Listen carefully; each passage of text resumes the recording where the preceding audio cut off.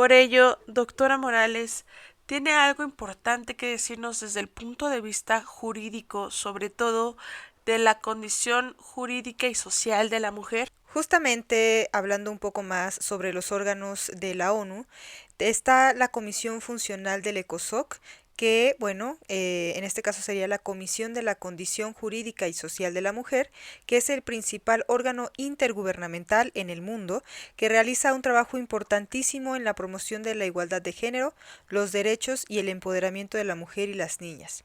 De hecho, se prevé que se adopte una declaración política y con visión de futuro en el 69 periodo de sesiones de esta comisión, que se llevará a cabo del 10 al 21 de marzo del 2025. Es decir, durante 2 semanas se realizarán los trabajos de esta comisión y dentro de sus prioridades se encuentran realizar un examen, así como una evaluación de la plataforma de acción de Beijing de estos últimos 30 años. Y todavía hay mucho trabajo por hacer para lograr que el pleno respeto de los derechos humanos de las mujeres en el mundo sea una realidad. Y así que ya saben, del 10 al 21 de marzo de este año empiezan justamente los periodos de sesión de la Comisión de la Condición Jurídica y Social de la Mujer. Como es relevante temas de mujeres, paz y seguridad, ¿qué nos puede compartir sobre la participación de las mujeres en la paz o incluso la importancia de la paz y las mujeres, qué relación puede tener, que hoy en día se ve este avance que tienen las mujeres liderando iniciativas comunitarias para reconstruir comunidades después de los conflictos o formar coaliciones para promover la paz? En cuanto al tema de la paz y seguridad, existe una resolución que es la 1325 del Consejo de Seguridad de la ONU, en donde se establece el papel de la mujer en la solución de conflictos y procesos de paz, en su aportación en las operaciones de las Naciones Unidas sobre el terreno y especialmente entre el personal dedicado a los derechos humanos. También se menciona el papel de la mujer en las negociaciones de paz, la consolidación de la paz, el mantenimiento de la paz, su respuesta humanitaria y la reconstrucción posterior a los conflictos, entre otros. Cabe destacar que esta resolución se conmemora también este año su 25 aniversario. ¿Cuántas celebraciones se tienen en este año 2025 que van alrededor del Día Internacional de la Mujer? Hablando de la resolución 1325 del Consejo de Seguridad de la ONU, que justamente fue la adopción en el año 2000, quiero compartir algunos ejemplos fundamentales. Por ejemplo, en Sudán del Sur, mujeres líderes, sobre todo líderes en sus comunidades, han formado estas coaliciones que he mencionado para la paz. Ellas trabajan específicamente en la mediación de conflictos locales en Sudán del Sur. En Afganistán, como bien sabemos, a pesar de los desafíos, las mujeres afganas han participado en diálogos de paz. Ellas abogan por la inclusión de derechos fundamentales y la protección contra la violencia de género en Afganistán. Por otro lado, tenemos movimientos pacíficos que las mujeres proveen clave importante para poner fin a la guerra civil en ciertos países y sobre todo tenemos iniciativas en las cuales las mujeres alrededor del mundo han formado ciertas representaciones en negociaciones de paz para justamente lograr que las mujeres tengan un lugar fundamental en los acuerdos de paz. Es por ello que el vínculo entre las mujeres, la paz y la seguridad es crucial para construir sociedades más justas y sostenibles. A pesar de los avances, claramente todavía quedan cosas por hacer. Sin embargo, ahora nos movemos un poco al ámbito de la diplomacia, al ámbito del multilateralismo. Ahí existen diferentes estudios y sobre todo políticas internacionales que nos han demostrado que el avance y sobre todo en esta construcción de las mujeres en pro de todo el no solamente en temas de igualdad de género, sino en construir un mundo mejor, se ha visto que hay avances para garantizar una representación equitativa y abordar las barreras estructurales que enfrentan las mujeres en diferentes ámbitos y sobre todo.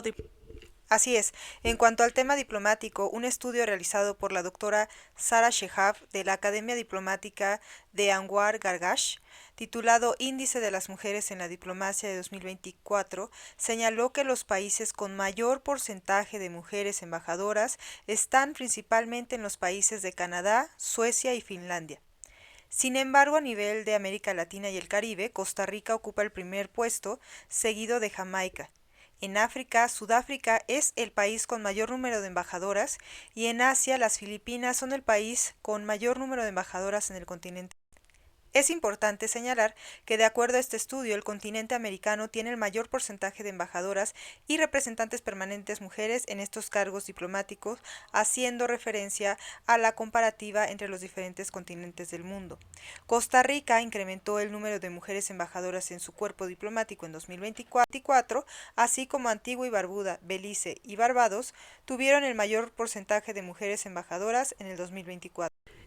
Y parte complementaria a lo que nos acaba de compartir, es importante conocer, por otro lado, que existe el Día Internacional de las Mujeres en la Diplomacia, que se celebra el día 24 de junio, donde justamente en el año 2022 en la Asamblea General de la ONU se estableció para destacar la contribución en el ámbito diplomático, donde se ha visto avances históricos desde la redacción de la Carta de las Naciones Unidas, liderada por Eleanor Roosevelt, hasta el aumento gradual de mujeres en roles diplomáticos.